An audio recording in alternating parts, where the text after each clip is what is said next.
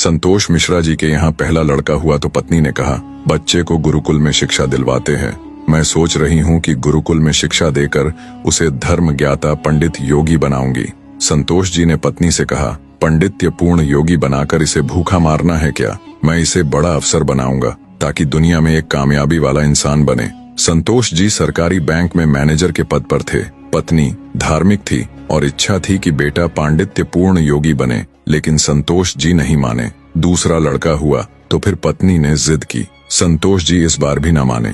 तीसरा लड़का हुआ, पत्नी ने फिर जिद की, लेकिन संतोष जी एक ही रट लगाते रहे, कहाँ से खाएगा, कैसे गुजारा करेगा, और नहीं माने। चौथा लड़का हुआ। इस बार पत्नी की जिद के आगे संतोष जी हार गए और अंततः उन्होंने गुरुकुल में शिक्षा दीक्षा दिलवाने के लिए वही भेज ही दिया। अब धीरे धीरे समय का चक्र घूमा। अब वो दिन आ गया जब बच्चे अपने पैरों पे मजबूती से खड़े हो गए। पहले तीनों लड़कों ने मेहनत करके सरकारी नौकरियां हासिल कर ली। पहला डॉक्टर, दूसरा बैंक मैनेजर, तीसरा एक सरकारी कंपनी में जॉब करने लगा। एक दिन की बात है, संतोष जी पत्नी से बोले, अरे भाग्यवान, देखा मेरे तीनों होनहार बेटे सरकारी पदों पे हो गए ना, अच्छी कमाई भी कर रहे हैं। तीनों की जिंदगी तो अब सेट हो गई, कोई चिंता नहीं रहेगी अब इन तीनों को।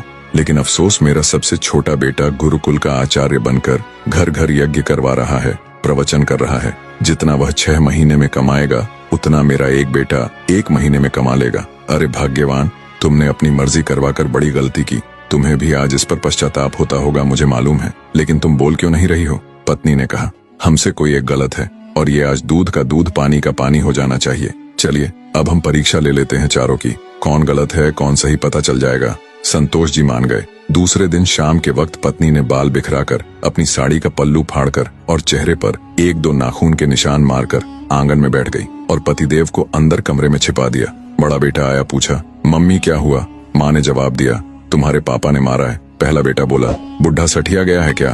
कहाँ है, बुलाओ तो जरा। माँ ने कहा, नहीं है, बाहर गए हैं, आए तो मुझे बुला लेना, मैं कमरे में हूँ, मेरा खाना निकाल दो, मुझे भूख लगी है। ये कहकर कमरे में चला गया। दूसरा बेटा आया और पूछा तो माँ ने वही जवाब दिया। दूसरा बेटा बोला, क्या पगला गए हैं इस बुढ़ापे में? उनसे कहना चुपचाप अपनी बची खुची जिंदगी गुजार ले, आए तो मुझे बुला लेना और मैं खाना खाकर आया हूँ, सोना है मुझे, अगर आए तो मुझे अभी मत जगाना, सुबह खबर लेता हूँ उनकी। ये कहकर वो भी अपने कमरे में चला गया। तीसरा बेटा आया, उसने भी पूछा तो आगा बबूला हो गया। इस बुढ़ापे में अपनी औलादों के हाथ से मार खाने वाले काम कर रहे हैं, उन्होंने तो मर्यादा की सारी हदें पार कर दी। यह कहकर वह भी अपने कमरे में चला गया। संतोष जी अंदर बैठे बैठे सारी बातें सुन रहे थे।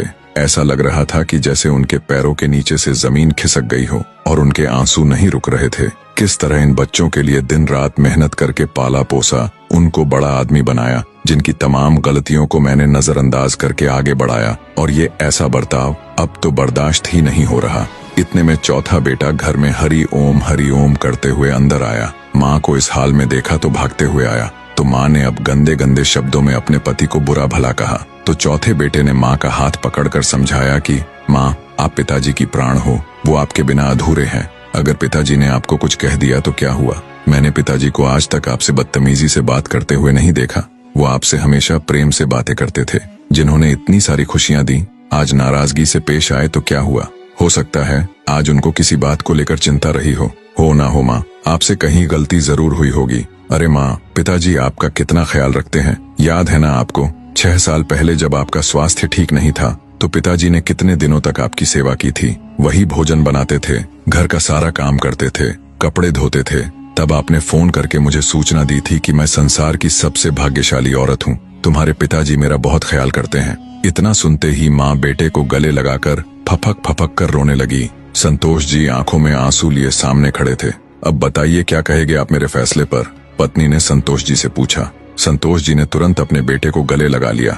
संतोष जी की धर्म पत्नी ने कहा, ये शिक्षा इंग्लिश मीडियम स्कूलों में नहीं दी जाती। माँ बाप से कैसे पेश आना है, कैसे उनकी सेवा करनी है, ये तो गुरुकुल ही सिखा सकते हैं, जहाँ वेद गीता रामायण जैसे ग्रंथ पढ़ाए जाते हैं, संस्कार दिए जाते हैं।